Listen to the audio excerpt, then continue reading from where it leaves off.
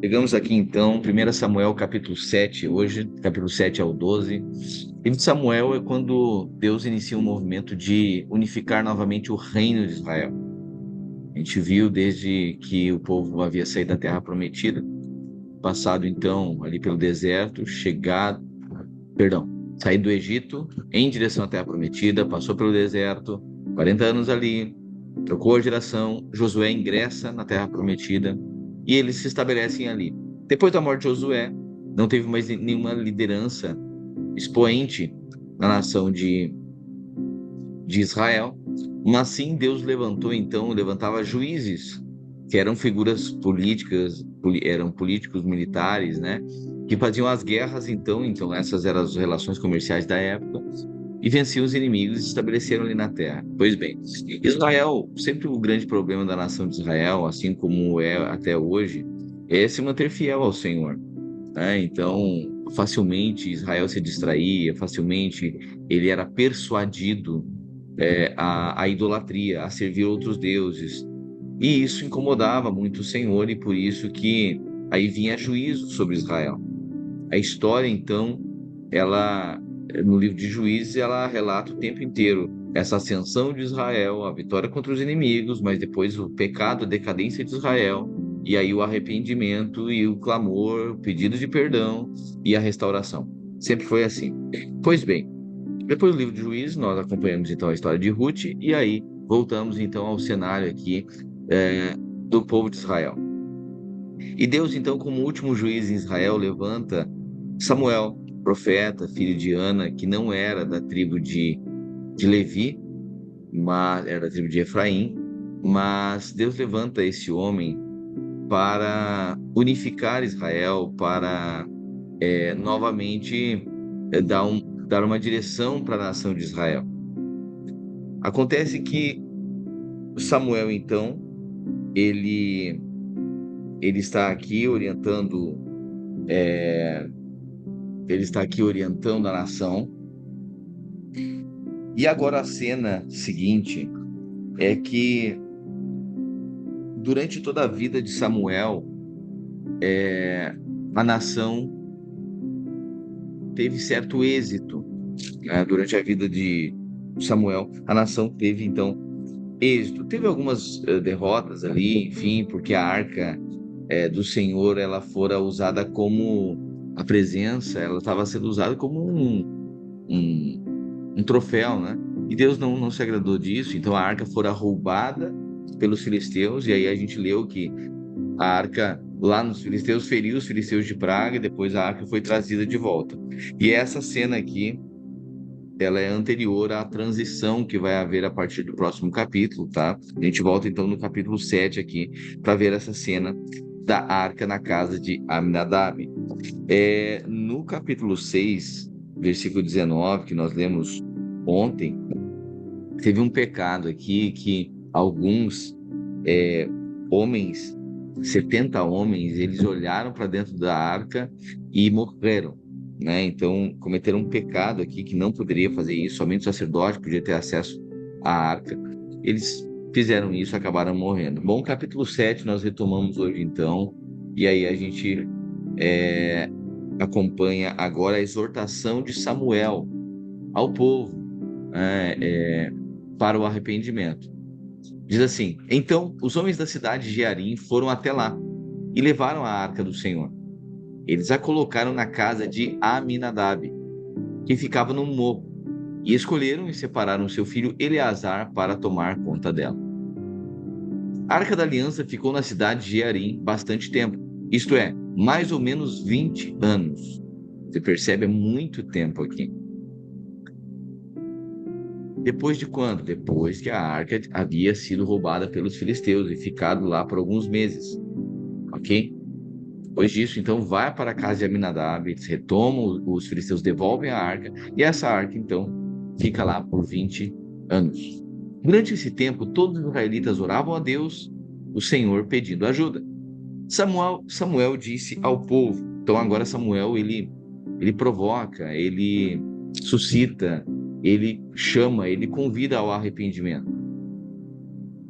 Samuel disse ao povo de Israel: Se vocês querem com todo o coração voltar a Deus, o Senhor, joguem fora todos os deuses estrangeiros e as imagens da deusa Astarote. Dediquem-se completamente ao Senhor e adorem somente a Ele. E Ele livrará vocês do poder dos filisteus. Aí os israelitas jogaram fora as suas várias imagens de Baal e também as de Astarote e adoraram a Deus, o Senhor. Então Samuel mandou que todos os israelitas se reunissem em Mispa e prometeu que ali oraria por eles ao Senhor. Assim todos eles se reuniram em Mispa, tiraram água e a derramaram como oferta ao Senhor. Jejuaram o dia todo e disseram: Nós pecamos contra Deus, o Senhor.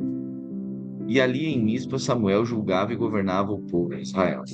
Quando os filisteus souberam que os israelitas haviam se reunido em Mispa, os 5 governadores filisteus saíram com seus homens para atacá-los. Os israelitas souberam disso e ficaram com medo.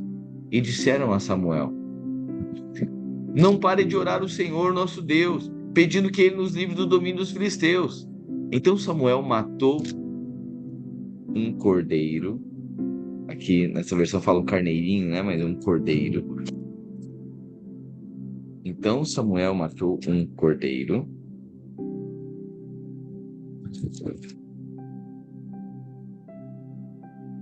e queimou todo ele como sacrifício a Deus do Senhor. Pediu que o Senhor ajudasse o povo de Israel, e ele respondeu à sua oração. Enquanto Samuel estava oferecendo o sacrifício, os filisteus avançaram contra os israelitas, mas o Senhor os atacou com fortes trovoadas. Então eles ficaram em completa confusão e fugiram. Os israelitas saíram de Mispa e perseguiram os filisteus até Bet-car, matando-os pelo caminho.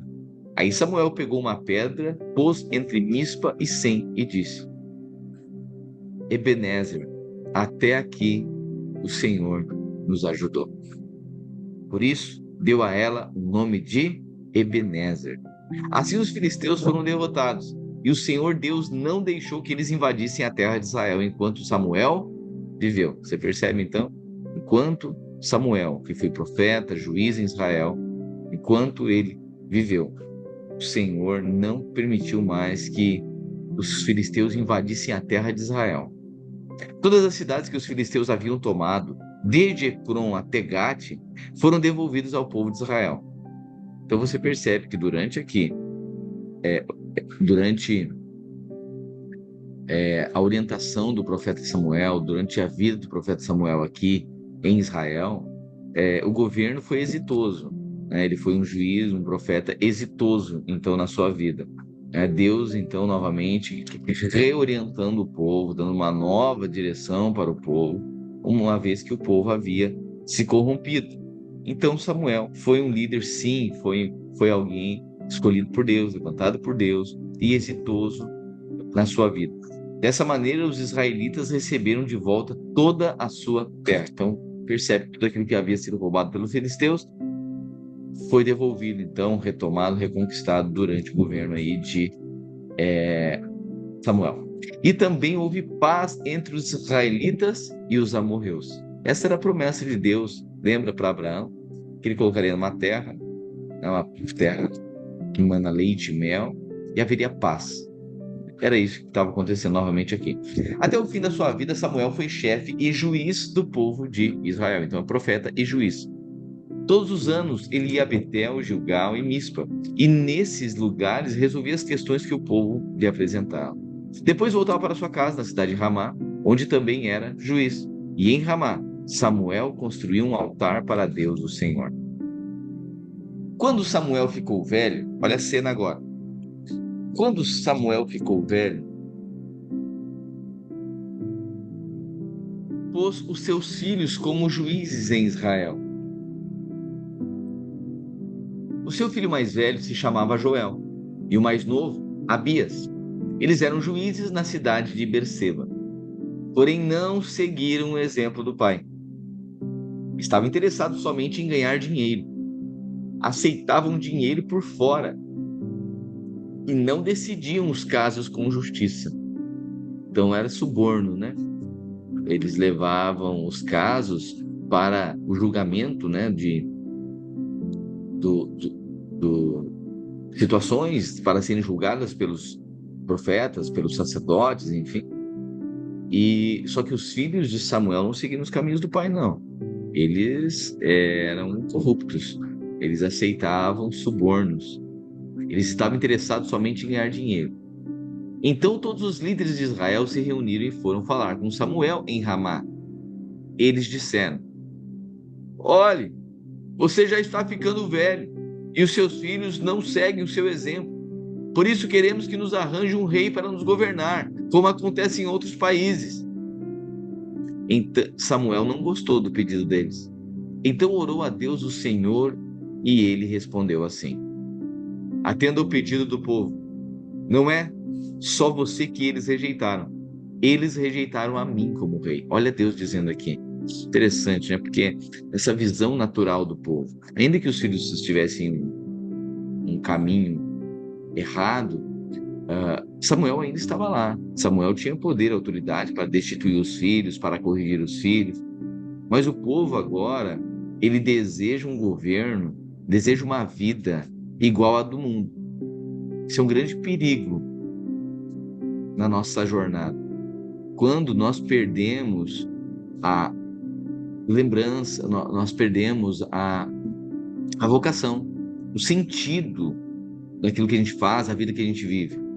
Nós falamos disso há poucos dias, né? Filhos do templo ou filhos da promessa? A gente precisa lembrar da promessa. Eu falo para você, é todo dia. Existe uma... Sabe, quando o Satanás não consegue nos derrotar por conta do erro, ele nos distrai. É uma distração. Querer a vida igual à do mundo. Querer um governo igual ao do mundo. Querer levar a vida igual do mundo. Ter como sucesso aquilo que o mundo julga como sucesso. Levar uma vida na perspectiva daquilo que é celebrado pelo mundo. Esse é o problema, que foi o problema aqui do povo de Israel. Eles olham para as outras nações e as nações têm um rei, eles só têm um juiz, só têm um profeta. E assim, eles entendem agora, olham para Samuel e dizem: Samuel já está velho. Interessante porque na Bíblia, a palavra de Deus, velhice é sinal de maturidade. Nós vivemos uma geração que velhice é algo retrógrado, ultrapassado e desprezível. O mundo trata assim.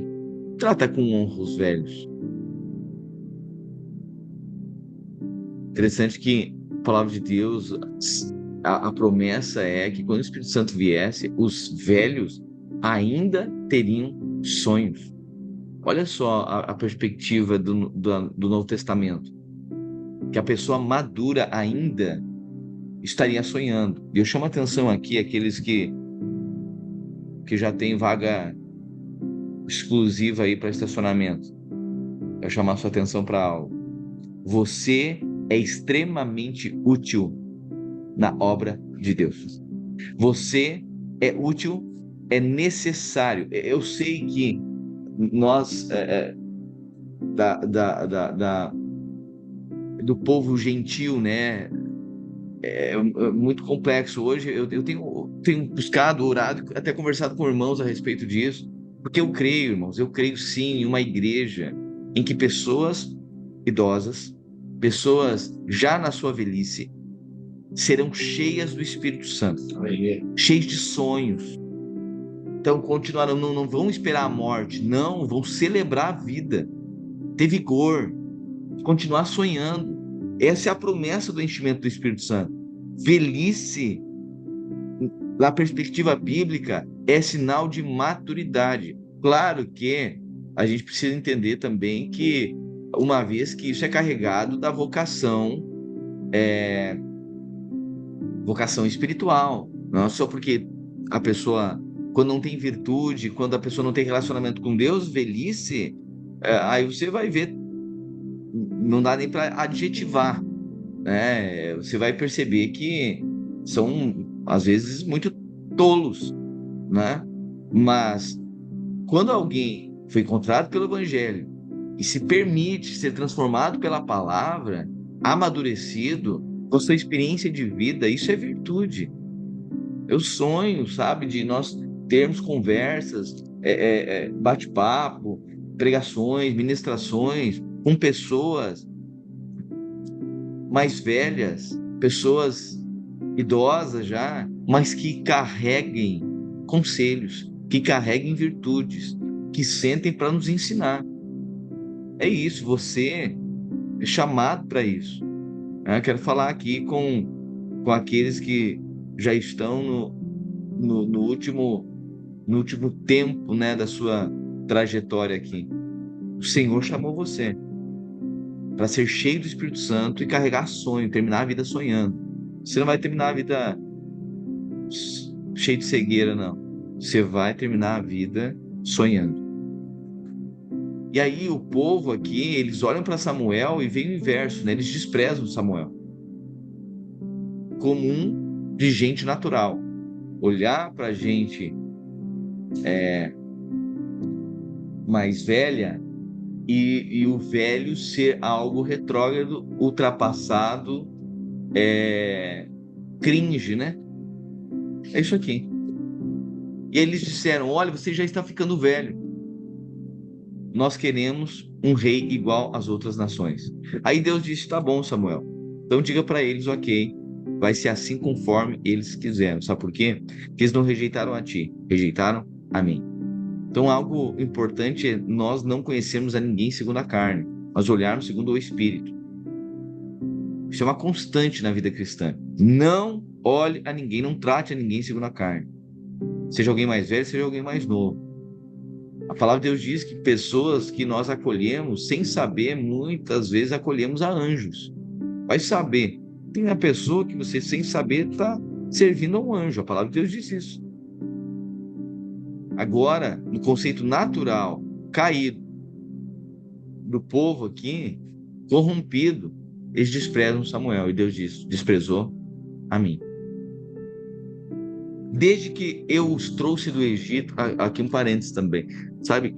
Os nossos relacionamentos, eles se tornam muito mais saudáveis, exitosos, frutíferos, abundantes, quando a gente começa a ver o cônjuge como alguém estabelecido por Deus ali para nós compartilharmos e fazermos vida juntos. Se não houver a honra dentro de uma relação, em relação ao marido, em relação à esposa, em relação aos filhos em relação aos pais, a gente não vai desfrutar da plenitude de Cristo. É preciso olhar segundo os olhos que Deus vê, a partir dos olhos do olhar que Deus vê. Deus disse: desde que eu os trouxe do Egito, eles sempre têm me têm abandonado e têm adorado outros deuses. Agora estão fazendo com você o que sempre fizeram comigo. Portanto, atenda o pedido deles. É Deus falando aqui. Mas avisa essa gente, explicando com toda clareza como o rei vai tratá-los. Olha agora. Vocês querem o governo do mundo? Querem. Ok, a equação lá é diferente daqui. Não acho que lá fora, segundo o padrão do reino do mundo, é a mesma coisa que aqui. Aí Deus manda dizer: então Samuel explicou ao povo tudo o que o Senhor lhe tinha dito e disse: o rei os tratará assim. Ele diz: olha a formatação, como é o governo do rei sobre vocês. Tomará os filhos de vocês para serem soldados. Porá alguns para servirem nos seus carros de guerra, outros na cavalaria e outros para correrem adiante dos carros. Colocará alguns deles como oficiais encarregados de 1.000 soldados, outros encarregados de 50. Os seus filhos terão de cultivar as terras dele, fazer as suas colheitas e fabricar as suas armas e equipamentos para os seus carros de guerra. Então esse negócio de todo mundo entesourando para a própria família acabou. Cada um entesourando para a sua própria tribo acabou. Agora todo mundo será propriedade exclusiva do rei. Era isso que Deus estava falando. As filhas de vocês terão de preparar os perfumes do rei e trabalhar como suas cozinheiras e padeiras. Ele tomará de vocês os melhores campos, plantações de uvas, bosques de oliveiras e dará tudo aos seus funcionários. Percebe? Então aqui é confiscar. Mas o terreno eu paguei. Pois é, mas não é seu, é do rei. Ah, mas a colheita é minha. Não, isso aí está a serviço do rei. Os seus filhos a serviço do rei. Então agora você não mais não é governo do mundo, então vai participar da tirania do mundo. É isso que Deus estava falando. Vocês terão um rei igual aos moldes do mundo. Serão governados igual aos moldes do mundo. Ficará com a 10ª parte dos cereais e das uvas, para dar aos funcionários da corte e aos outros funcionários. Tomará também os empregados de vocês o melhor gado e os melhores jumentos, para trabalharem para ele. Ficará com a 10ª parte dos rebanhos de vocês, e vocês serão seus escravos. Quando isso acontecer, vocês chorarão amargamente, por causa do rei que escolheram. Porém, o Senhor Deus não ouvirá as suas queixas. Depois de que Samuel falou tudo isso, o povo não se importou com o aviso de Samuel. Pelo contrário, eles disseram: não adianta, nós queremos um rei. Queremos ser como as outras nações. Queremos ter um rei para nos governar, para nos dirigir na guerra e lutar em nossas batalhas. Samuel ouviu o que eles disseram e então foi e contou tudo a Deus, o Senhor. Ele respondeu: façam o que eles querem, dê a eles um rei. Aí Samuel pediu a todos os homens de Israel que voltassem para casa. Olha agora a ascensão, então, de um rei aqui. Agora será escolhido um rei para o povo de Israel. Até então, depois de Josué, foram juízes. Mas agora o povo pediu um rei, um modelo totalmente diferente. Deus diz como vai ser, e agora vai dar um rei segundo o coração deles, segundo o pedido deles. Eu falo para você, eu acho que o pior, muito perigoso, quando Deus entrega um povo ou alguém às suas próprias paixões. O maior juízo de Deus é quando Deus entrega um homem a si mesmo. Sabe, às vezes a pessoa resiste tanto à maneira que Deus está fazendo, resiste tanto à maneira que Deus está conduzindo as coisas, e a pessoa quer, obstinada, ela quer uma outra formatação, ela quer de um outro jeito, ela quer de um outro lugar, ela quer de uma outra forma. Pois é. Aí Deus pega e diz: então seja conforme tu quer. Aí é o lugar mais perigoso que eu acredito que alguém possa estar. É justamente nesse ambiente agora que o povo vai se encontrar. Havia um homem chamado Quis, que era da tribo de Benjamim. Ele era filho de Abiel, neto de Zeror, bisneto de Becorate e trineto de Afias. Quis era rico e importante. Tinha um filho jovem e bonito, chamado Saul. Jovem e bonito, chamado Saul. Não havia ninguém mais bonito do que ele entre todos os israelitas. Além disso, era mais alto do que todos. Quando estava no meio do povo, ele aparecia dos ombros para cima. E aconteceu que algumas jumentas que pertenciam a Quis, o pai de Saul, se perderam. Então ele disse a Saul: filho, leve com você um dos nossos empregados e vá procurar as jumentas. Eles foram por toda a região montanhosa de Efraim e pela terra de Salisa, porém não acharam as jumentas. Então procuraram na terra de Salim, porém elas não estavam lá. Aí procuraram o território da tribo de Benjamim, mas também não as encontraram. Quando entraram na terra de Zuf, Saul disse ao empregado: vamos voltar para casa, senão em vez de se preocupar com as jumentas, o meu pai vai acabar se preocupando com a gente.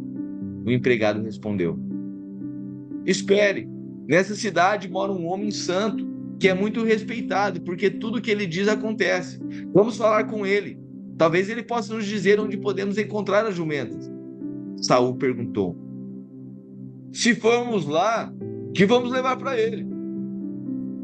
Não há comida nas nossas sacolas e não temos nada para lhe dar. Ou será que temos? O empregado respondeu: eu tenho uma pequena quantia de prata que posso dar a ele, para que ele nos conte onde podemos achar as jumentas. É uma boa ideia, respondeu Saul. Vamos. Então eles foram à cidade onde o homem santo morava. Olha o profeta, agora eles vão até o profeta. Saul sai para procurar as jumentas que se perderam, jumentas do seu pai, e aí eles não encontram. O servo lhe dá uma ideia: olha, eu fiquei sabendo que aqui tem um profeta, vamos lá, e aí vamos perguntar para ele, talvez ele nos ajude. Daí eles definem ali: ok, vamos entregar um presente para ele, e aí a gente vai consultá-lo. Então eles foram a cidade onde o homem santo morava. Quando estavam subindo o morro para chegar à cidade, encontraram algumas moças que estavam saindo para tirar água. Eles perguntaram: "O vidente está na cidade?" Antigamente, quando alguém queria fazer uma pergunta a Deus, costumava dizer: "Vamos falar com o vidente", porque naquele tempo os profetas eram chamados de videntes, ou seja, aqueles que veem. Ele está sim, responderam elas. Olhem, ali vai ele, ali na frente. Andem depressa. Ele está entrando na cidade porque o povo vai oferecer hoje um sacrifício no altar do monte. Assim que entrarem na cidade, vocês o encontrarão, antes que ele suba o monte para comer. O povo não começa a comer antes que ele chegue lá, pois primeiro ele tem de abençoar o sacrifício. Só depois é que os convidados podem comer. Subam lá agora e logo vocês o encontrarão. Então eles foram até a cidade. Quando iam entrando, viram Samuel, que saía para subir até o lugar de adoração. Um dia antes de Saul chegar, o Senhor Deus tinha dito a Samuel. Olha só, um dia antes de Saul chegar lá, Deus já havia avisado Samuel. Amanhã, a esta hora, eu vou enviar a você um homem da tribo de Benjamim. Você o ungirá para ser o governador do meu povo de Israel. Ele libertará o povo do domínio dos filisteus. Eu tenho visto o sofrimento do meu povo e ouvido os seus pedidos de ajuda. Quando Samuel viu Saul, o Senhor lhe disse: Este é o homem de quem lhe falei. Ele governará o meu povo. Saul foi encontrar-se com Samuel, perto do portão, e perguntou: Por favor, onde mora o vidente? Samuel respondeu: Eu sou o vidente. Vá adiante de mim até o lugar da adoração. Vocês dois vão jantar comigo hoje. Amanhã cedo eu responderei todas as suas perguntas. E então vocês poderão ir embora. E não se preocupe com as jumentas que se perderam há 3 dias. Meu Deus. Profeta. Hã? Será que é profeta? Já sabe, o cara nem fez a pergunta. Já antecipou. Profeta é lindo, né? Dons ao máximo, né? Eles conseguem perceber coisas sem que o outro fale. Amanhã cedo eu responderei as suas perguntas e não se preocupe com as suas jumentas, que se perderam há 3 dias, pois elas já foram encontradas. Afinal, quem é que o povo de Israel está querendo? Eles querem é você. Você e a família do seu pai. Saul respondeu: Eu sou da tribo de Benjamim, a menor de Israel, e a minha família é a menos importante da tribo.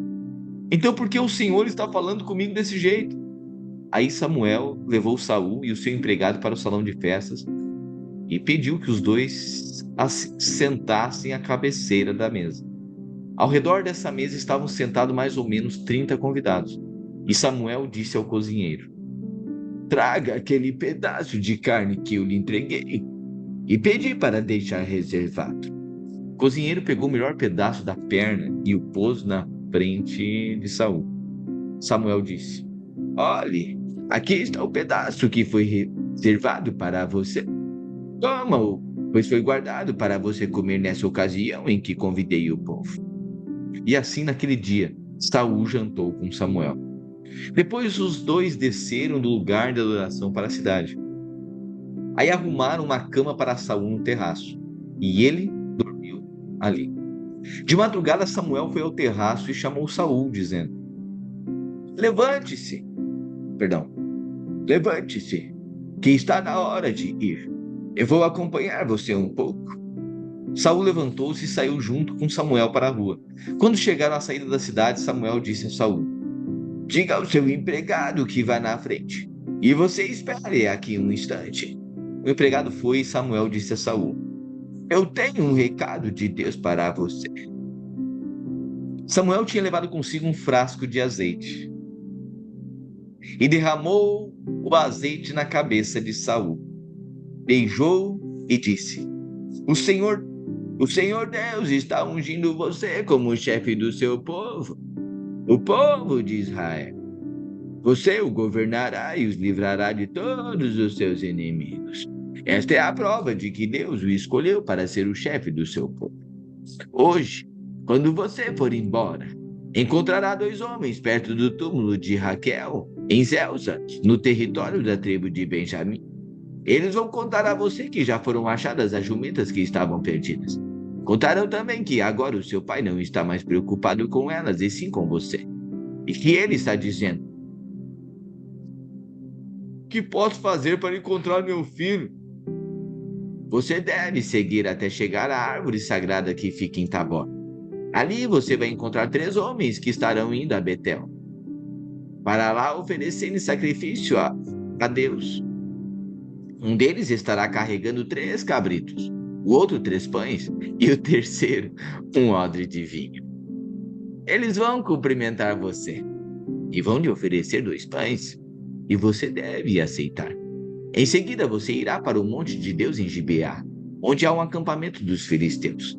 Na entrada da cidade vai encontrar um grupo de profetas descendo o morro vindo do altar.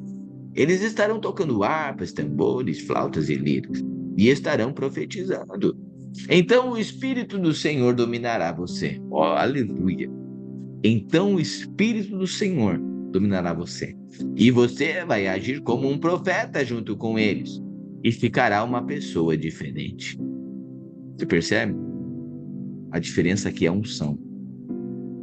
Samuel estava dizendo: quando o Espírito vier sobre ti, Saul, tu vais se tornar uma pessoa diferente. Sabe que existem algumas pessoas que tentam mudar a si mesmo e não conseguem nunca. Em algum momento precisa desistir de tentar se mudar. Por quê? Porque é o Espírito do Senhor que faz isso. Isso é obra do Espírito Santo. Então, ao invés de tentar se mudar a si mesmo sozinho, precisa pedir para o Espírito Santo operar uma obra, mudar o coração, mudar a mente. A pessoa tem que desejar isso. Samuel estava dizendo: o Espírito do Senhor dominará você, e você vai agir como um profeta, e ficará uma pessoa diferente. Sabe o que torna alguém diferente é o Espírito Santo. O Espírito Santo tem poder de transformar alguém, transformar um coração, transformar uma mente. É o Espírito Santo que faz isso. Quando isso acontecer, faça tudo o que tiver de fazer, pois Deus estará com você. Vá na minha frente para Gilgal. Eu me encontrarei com você lá e oferecerei sacrifícios que são completamente queimados e ofertas de paz. Espere lá 7 dias até que eu chegue e diga o que você deve fazer. Deus mudou o coração de Saul no momento em que ele se despediu de Samuel. E naquele dia aconteceu tudo o que Samuel tinha dito. Quando Saul e o seu empregado chegaram a Gibeá, um grupo de profetas o encontrou. O Espírito de Deus tomou conta de Saul. O Espírito de Deus tomou conta de Saul. E ele se juntou a eles, agindo como um profeta. Algumas pessoas que o conheciam viram isso e perguntavam: o que aconteceu com o filho de Quis? Será que Saul virou profeta? Um homem que morava ali perguntou: e os outros? Será que os pais deles são profetas? Foi assim que surgiu o seguinte ditado: será que Saul também virou profeta? Quando Saul acabou de profetizar, foi para o altar no monte. O tio de Saul perguntou a ele e ao seu empregado: onde foi que vocês estiveram? Estávamos procurando as jumentas. Respondeu Saul. O tio de Saul perguntou a ele e ao seu empregado: onde foi que vocês estiveram? Estávamos procurando as jumentas, respondeu Saul. E como não a encontramos, fomos falar com Samuel. E o que foi que ele disse? Perguntou o tio. Ele nos disse que os animais já haviam sido encontrados, respondeu Saul. Porém não contou ao tio que Samuel tinha dito a respeito de ele se tornar rei. Samuel chamou todo o povo para uma reunião religiosa em Mispa e disse: o Senhor, Deus de Israel, diz: eu tirei vocês do Egito e os livrei dos egípcios e de todos os outros povos que os maltratavam. Eu sou o Deus de vocês, o único que os livra de todos os seus problemas e dificuldades. Mas vocês me rejeitaram e pediram que eu lhes desse um rei. Muito bem, então reúnam-se na minha presença, separados por tribos ou por grupos de famílias. Samuel mandou que todas as tribos viessem para perto dele, e o sorteio indicou a tribo de Benjamim. Então Samuel mandou que as famílias da tribo de Benjamim avançassem, e a família de Matre foi indicada. Daí os homens da família de Matre avançaram, e Saul, filho de Quis, foi indicado. Eles o procuraram, porém não puderam achá-lo. Então perguntaram a Deus, o Senhor: ainda há mais alguém? Ah, e ele está escondido no meio da bagagem, respondeu o Senhor. Então eles correram e trouxeram Saul. E ele era o mais alto de todos, parecendo dos ombros para cima no meio do povo. Samuel disse ao povo: aqui está o homem que o Senhor Deus escolheu. Não há ninguém igual a ele entre nós. E todo o povo gritou: viva o rei! Viva o rei! Samuel explicou ao povo os direitos e deveres de um rei e os escreveu num livro, que foi colocado na presença de Deus, o Senhor. Aí mandou todos para casa. Saul também voltou para sua casa em Gibeá. Alguns homens corajosos que no seu coração sentiram a orientação de Deus foram com Saul. Mas algumas pessoas de mau caráter disseram: como é que esse homem vai poder nos salvar? E desprezaram Saul e não lhe deram presentes. Mais ou menos um mês depois, Naás, o rei dos Amonitas, marchou contra a cidade de Jabes, na terra de Gileade. O exército de Naás cercou a cidade. Então os homens de Jabes lhe disseram: vamos fazer um acordo e nós só o aceitaremos como chefe. Naás respondeu: eu faço um acordo, mas com a seguinte condição: furarei o olho direito de todos vocês, e assim humilharei todo o povo de Israel. Os líderes de Jabes disseram: dê-nos 7 dias para mandar mensageiros por toda a terra de Israel. Se ninguém vier nos ajudar, então nos entregaremos a você. Os mensageiros chegaram a Gibeá, onde Saul morava. Quando deram as notícias, o povo começou a chorar de desespero. Naquela hora, Saul vinha chegando do campo com o gado e perguntou: o que foi que houve? Por que todos estão chorando? Eles lhes contaram que os mensageiros de Jabes tinham dito. Quando Saul ouviu isso, o Espírito de Deus o dominou, e ele ficou furioso. Pegou 2 bois, cortou em pedaços e mandou-os por meio de mensageiros a toda a terra de Israel com a seguinte mensagem: é isso que acontecerá com os bois dos que não seguirem Saul e Samuel na batalha. O povo de Israel ficou com medo do que o Senhor poderia fazer. Então todos vieram com um só pensamento para seguir Saul. Saul os reuniu e os levou a Bezeque. Havia 300.000 homens de Israel e 30.000 de Judá. Eles disseram aos mensageiros de Jabes: digam ao seu povo que amanhã, antes do meio-dia, vocês receberão socorro. O povo de Jabes ficou muito alegre quando recebeu a mensagem. Então eles disseram aos amonitas: amanhã nós nos entregaremos, e vocês poderão fazer com a gente o que quiserem.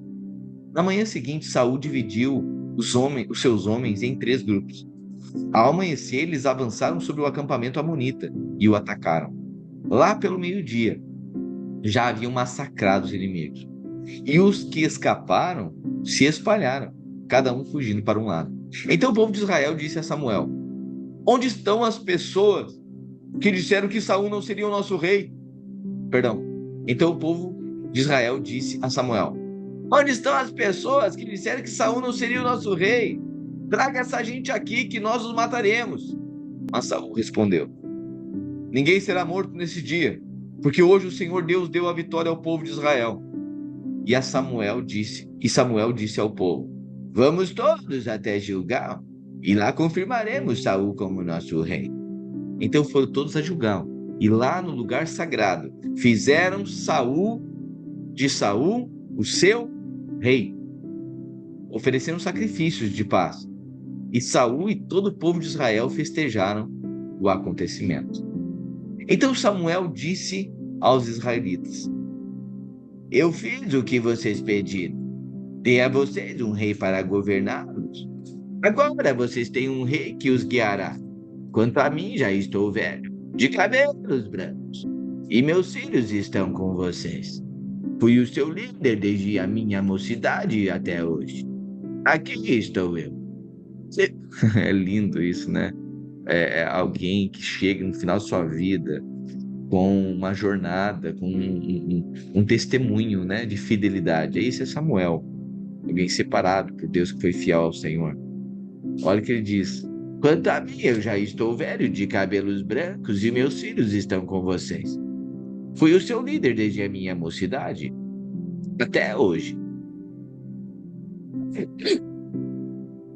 Aqui estou eu.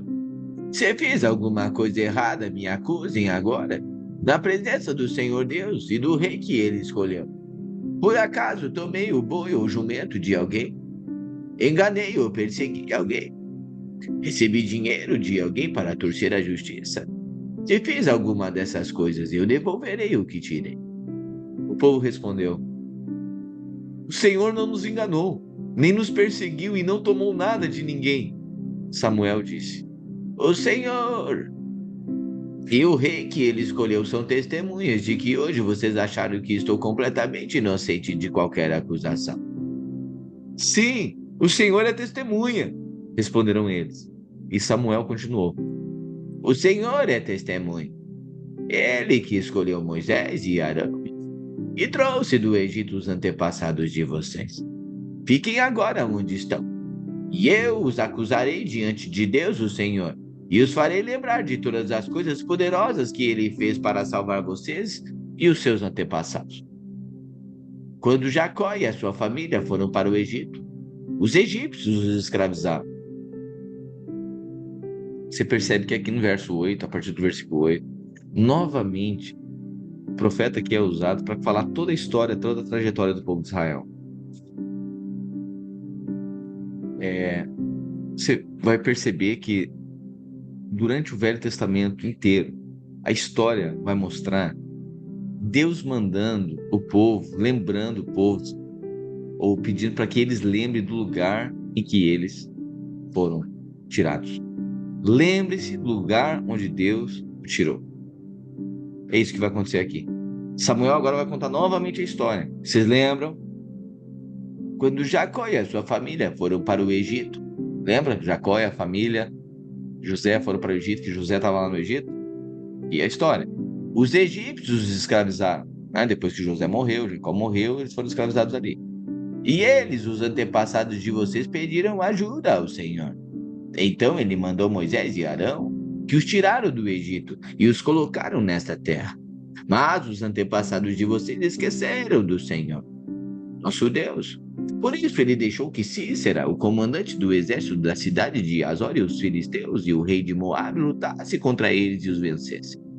Aí eles gritaram pedindo ajuda a Deus, o Senhor, dizendo: Ó Deus, nós pecamos, pois te deixamos e adoramos o Deus Baal de várias cidades e também Astarote.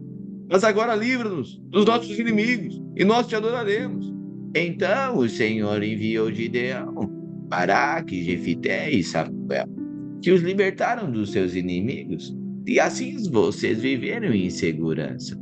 Viu? Ele conta agora a história aqui do tempo dos juízes, né? E quando viram que o rei Naás de Amon ia atacá-los, vocês rejeitaram o Senhor, o nosso Deus, como rei, e me disseram: Nós queremos um rei para nos governar. Agora aqui está o rei que vocês escolheram. Vocês pediram e o Senhor Deus deu esse rei. Tudo correrá bem para vocês se temerem o Senhor, o nosso Deus. Se o adorarem, se o ouvirem, se obedecerem às suas ordens, se vocês e os seus reis o seguirem. Porém, se não ouvirem o Senhor e desobedecerem às suas ordens, ele ficará contra vocês e contra o seu rei. Agora, onde estão? E você? Fiquem agora onde estão, e vocês verão a coisa maravilhosa. Que coisa maravilhosa o Senhor vai fazer.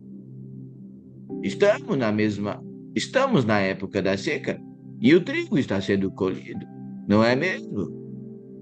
Pois eu vou orar, e o Senhor vai mandar trovões e chuva. Quando vocês virem isso acontecer, compreenderão que cometeram um grande pecado contra Deus o Senhor quando pediram um rei. Aí Samuel orou, e no mesmo dia o Senhor mandou trovões e chuva. Então todo o povo ficou com medo do Senhor e de Samuel.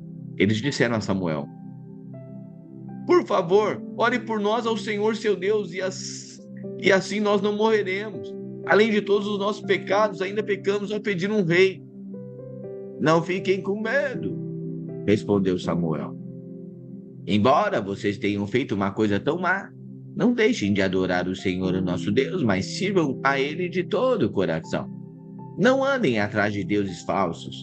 Eles não podem ajudar nem salvar vocês, pois não são verdadeiros.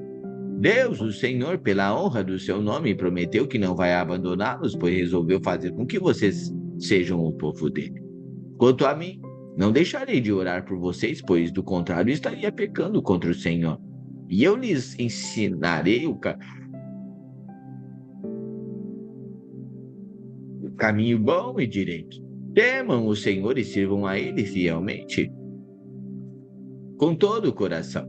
Lembrem das grandes coisas que Ele fez por vocês. Mas se vocês continuarem a fazer o mal, certamente tanto vocês como o seu rei serão destruídos.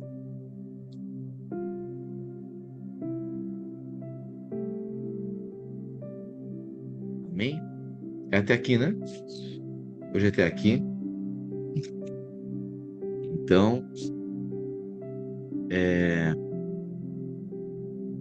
Saul agora se torna rei em Israel, começa a governar. E você percebe uma coisa. Deus, mas olha só, o povo pediu um rei, segundo o coração deles, e Deus deu, sim, sim. A gente deve olhar para a história e sempre perceber que Deus sempre tem um amor para com o seu povo. Deus ama o seu povo. Mas a obstinação do povo, Deus também usava tanto para proteger quanto para ensinar. Assim como um pai é dentro de uma família, uma mãe. Tanto protege quanto exorta. Não é assim? Assim também. Deus vai usar Saul agora.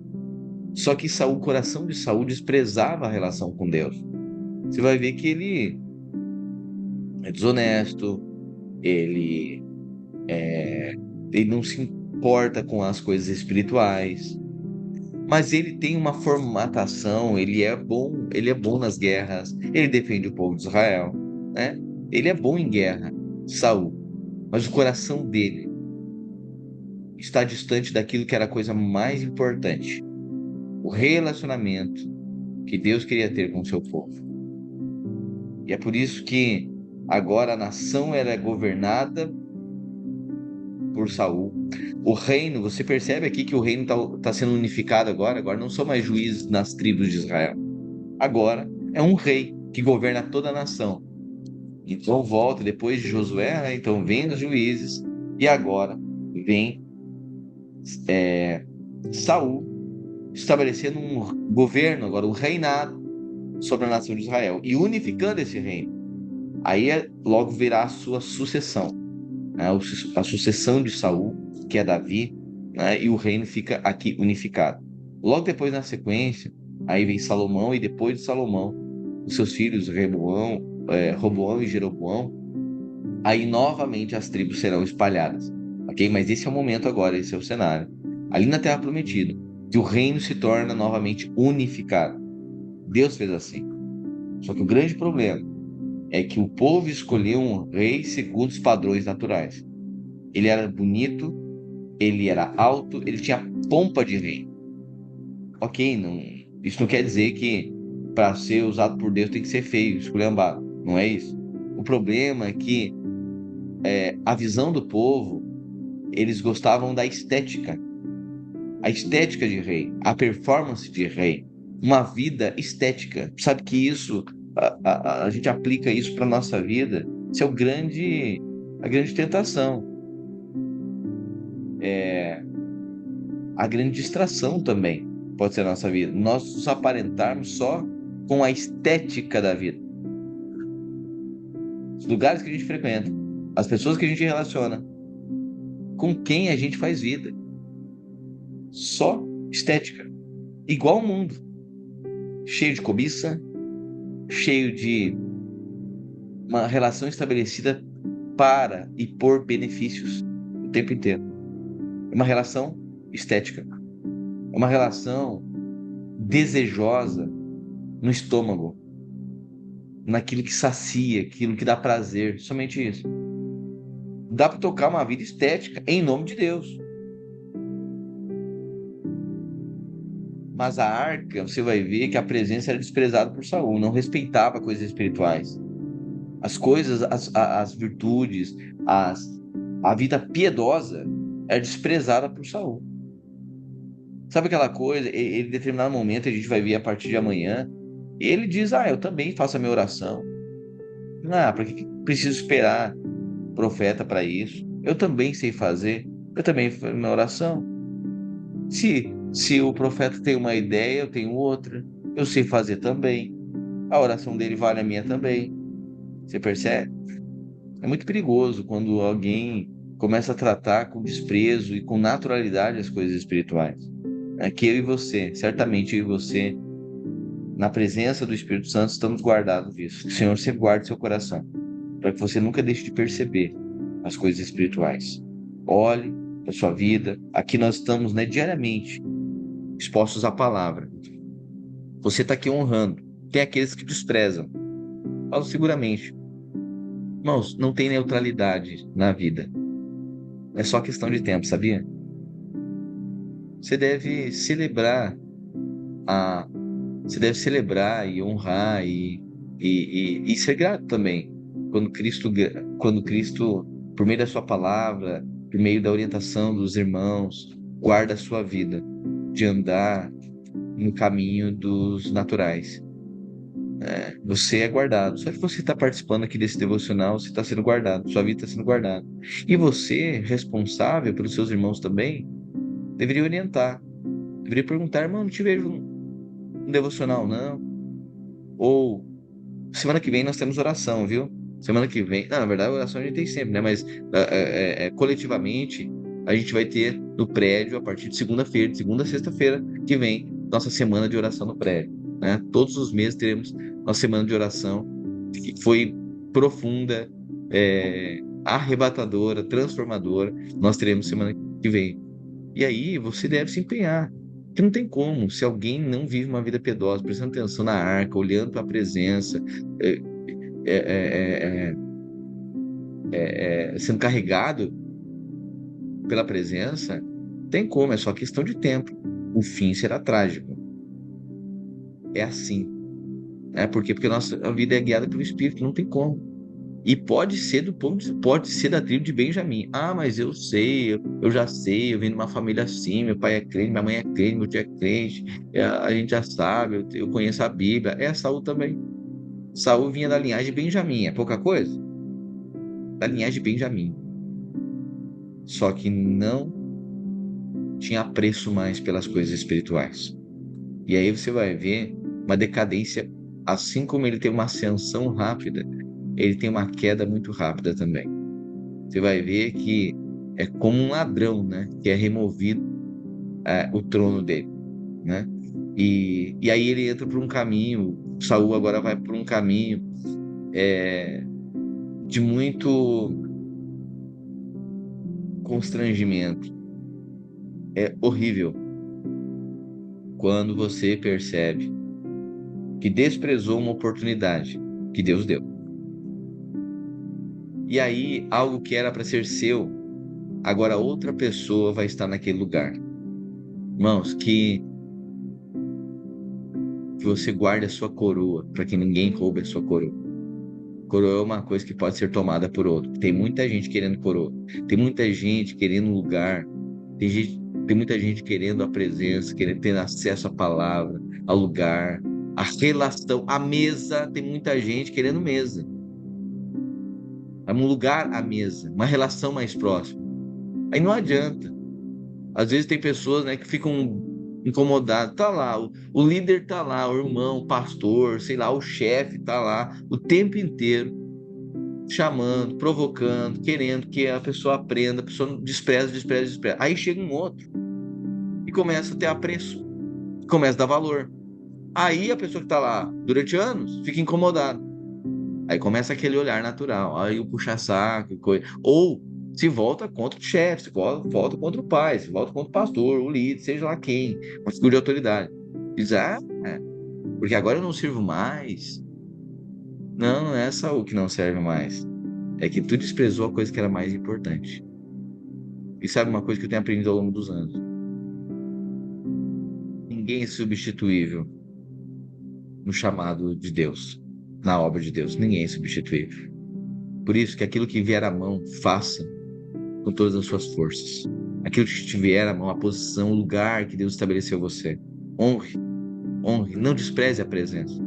Quando é proposto uma oração, esteja junto com o corpo de Cristo. Jejue, porque isso guarda a sua vida.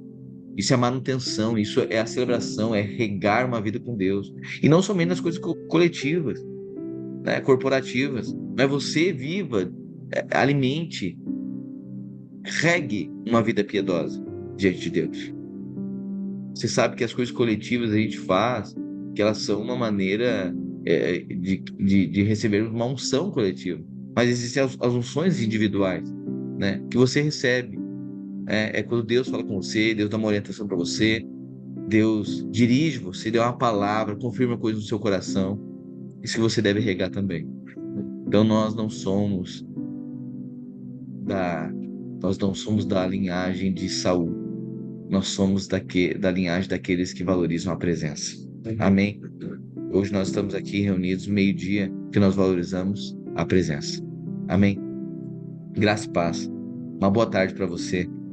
Nos encontramos amanhã aqui ao meio-dia, então, continuando aí o nosso devocional Verbo do Alfa ao Ômega, aqui num livro histórico, livro lindo, né? Nós vemos aqui a história do profeta Samuel, o último juiz em Israel, e agora a ascensão aí ao trono, Saul, e logo mais. Vem aí o homem segundo o coração de Deus nos próximos capítulos. Amém? Graça e paz, boa tarde, nos encontramos amanhã.